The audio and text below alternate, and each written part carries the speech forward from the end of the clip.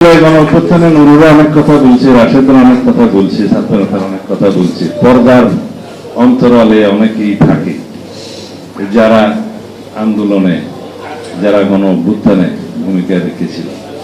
তাদের মধ্যে কিছু অংশ আমারও ছিল, কিন্তু আমি কখনো দাবি করিনি, প্রয়োজন হয়নি। আমি এক জায়গায় শুধু বলেছি, যদি আমরা নির্বাচনে না থাকতাম তাহলে হয়তো এটাকে সংগঠিতভাবে সুচারুভাবে পরিচালনা করে একটা সফল পরিণতির দিকে আনা দুষ্কর হয়ে যেত। এটা হচ্ছে আসলে সত্যতা, বাস্তব। এখানে যারা নেতৃবৃন্দ ছিল তারা তো বাড়িতেই থাকতে পারে না, অফিসেও যেতে পারে না, কারাগারেও ঠিক মতো শুতে পারে না। তাহলে কি হতো? হ্যাঁ, ইতিহাস অনেক সময় আগের থেকে অনেক কিছু বলে দেয়। কেউ এক সময় নির্বাসনে ছিল, এখানে মুক্তিযুদ্ধ করেছে কারা?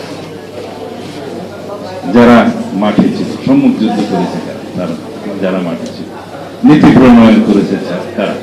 তারা নির্বাসন ছিল কিনা? তাহলে যুদ্ধ মাঠে হয়, যারা শহীদ হয় তারা মাঠে থাকে, যারা সম্মুখ সমর করে তারা মাঠে থাকে। কিন্তু সেই যুদ্ধটা পরিচালনা করার জন্য একটা জায়গা, নীতি প্রণয়ন করতে এবং সেটা সমন্বয় করতে।